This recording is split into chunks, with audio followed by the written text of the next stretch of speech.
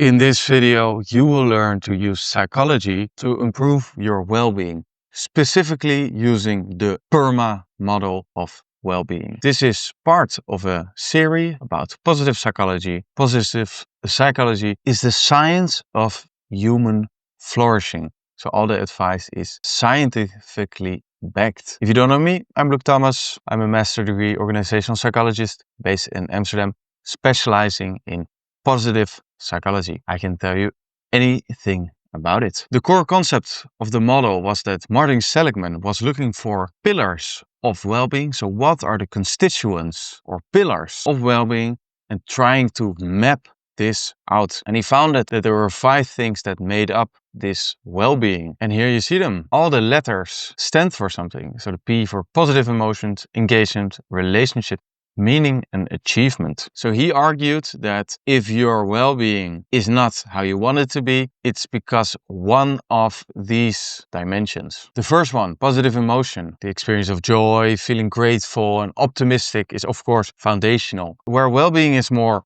a general thing, positive emotions are something that you feel like are good in the moment, and they contribute to stress resilience, but also your mental health. Made a video about it earlier as well, specifically about the broaden and build theory, how positive emotions also create situations and long-lasting resources that are better for you in your life. Then the last video was about flow, being fully immersed in something that fully captivates you, where you're so likely to focus on something that you actually like this immersion of it. And well, the catch is that if you match your skill level to your challenge, there's more likely to be flow. Then without positive relationship, it is also way more difficult to be happy. Humans are social animals, and therefore, if you build strong, supportive connections with others, it helps with building your well-being. This can be friendship, family, romantic partners, or even relationships you have with your colleagues.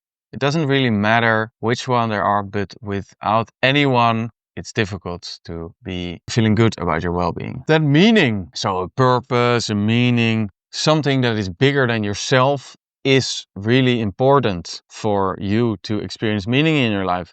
Otherwise, your soul might drain over the years. You feel less, and you might even feel like a sense of shallowness to life. And people tackle this in all sorts of ways. Some people, they have their community or their spiritual practice, or even a company, a mission, and their enterprise. These can all be different ways to increase meaning in your life. And then the last one, accomplishment. Humans are feeling good when they're at the top of the hill. They set challenging goals and they pursue achievement, competence, and mastery, not specifically for the outcome's sake, but also the feeling you get when you're pursuing something. So set challenging goals, build self-efficacy, and confidence is essential. These 5 factors have been argued to be not complete. A PERMA Plus model, a PERMA H model, the H standing for health. Without good health, well-being might not be as easily possible as it could be. Then again, the scientists haven't been on one line what the extra dimensions should be,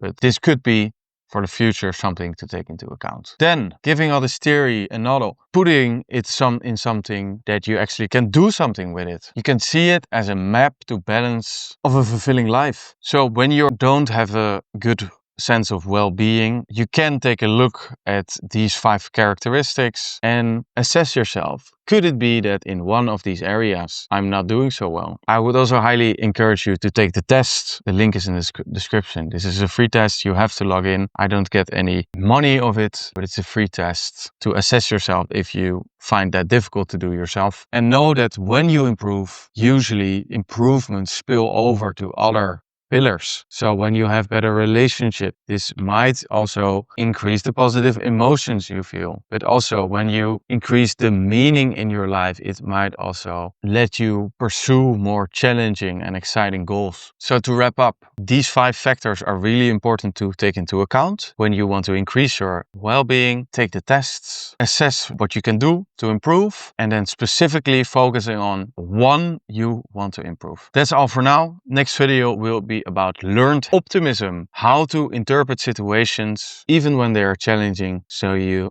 end up feeling happy and strong even when times are hard. Thank you for watching.